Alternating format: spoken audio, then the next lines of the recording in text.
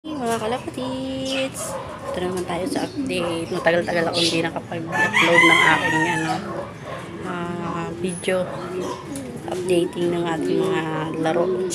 Bali, update ko ngayon sa ating laro ay ayun, sa 10 na nilaro natin. 4 na lang yung natira. Why? Kasi yung iba, yung first na talang natin is nawala.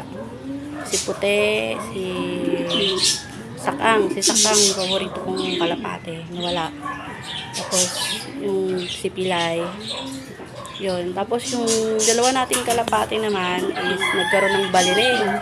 Tapos yung isa naman is namatay. Hindi namin alam kasi umalis kami, galing kami Pampanga. Ayun. Kaya yung natira na lang is 4. Tapos pag-uwi namin, yung mga kalapati namin, napapayat. Kasi simula nung mag-New Year, bago mag-New Year pala, is iniwanan namin sila doon sa aking biyanan. Kaso, hindi naaasikaso. Ayun.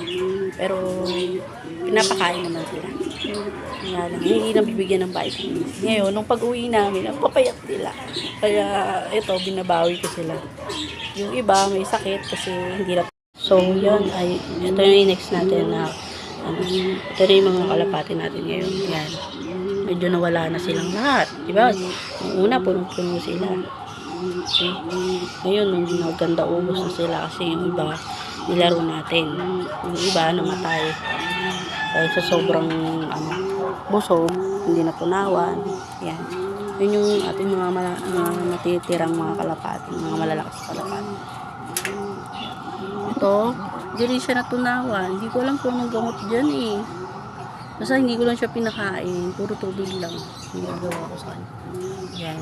Yung ating tippler. Yung magandang tippler. Yan.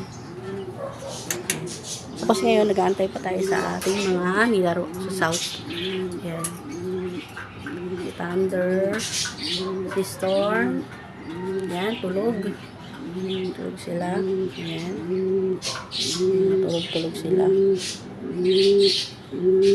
Sino yung maingay? Yun pala.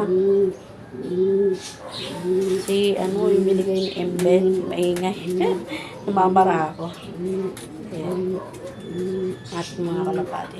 Nag-isa na lang ng tippler kung maganda. Ayan. Ayan. Bali, nagbe-breed ulit tayo ngayon. Kasi Lupi,